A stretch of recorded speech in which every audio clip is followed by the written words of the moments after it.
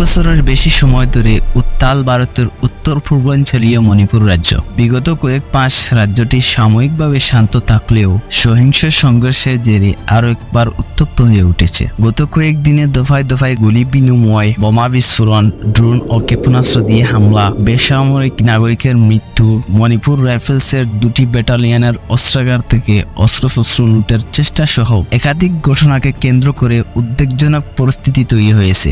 অবস্থা সামাল দিতে মোতায়েন করা হয়েছে বিপুল সংখ্যক পুলিশ ও যৌথ বাহিনী। সহিংসতা নতুন করে বৃদ্ধি পাওয়ায় রাজ্যের 3টি জেলায় অনির্দিষ্টকালের জন্য কারফিউ জারি করা হয়েছে। বন্ধ করে দেওয়া হয়েছে ইন্টারনেট পরিষেবা। তবে কারফিউ উপেক্ষা করে চলছে বিক্ষোভ। ভারতীয় বার্তা সংস্থা পিটিআই-কে এক প্রতিবেদনে জানিয়েছে, ইম্ফল পশ্চিম, ইম্ফল পূর্ব এবং থৌবাল জেলায় গতকাল মঙ্গলবার সকাল 11টা থেকে সর্বাত্মক কারফিউ ঘোষণা করা হয়েছে।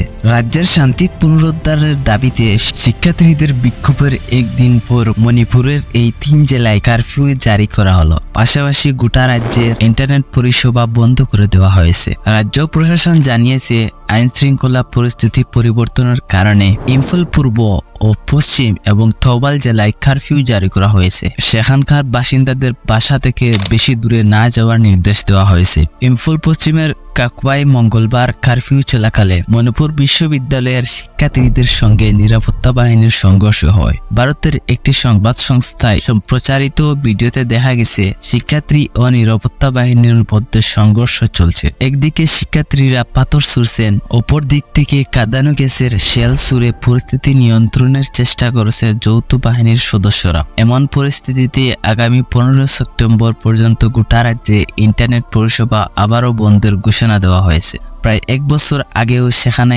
ইন্টারনেট বন্ধ করে দেওয়া হয়েছিল। এর থেকে মনে করা হচ্ছে আগামী কয়েকদিনে রাজ্যে বড় ধরনের সহিংসতার আশঙ্কা করছে রাজ্য কেন্দ্র সরকার। গত সোমবার মণিপুরের পৃথক ঘটনায় কুকি জো সম্প্রদায়ের নেজাহুই লংডিং নামের একজন নারী ও নিমখুলাল মেট নামের একজন সাবেক সেনা সদস্য নিহত হয়েছে।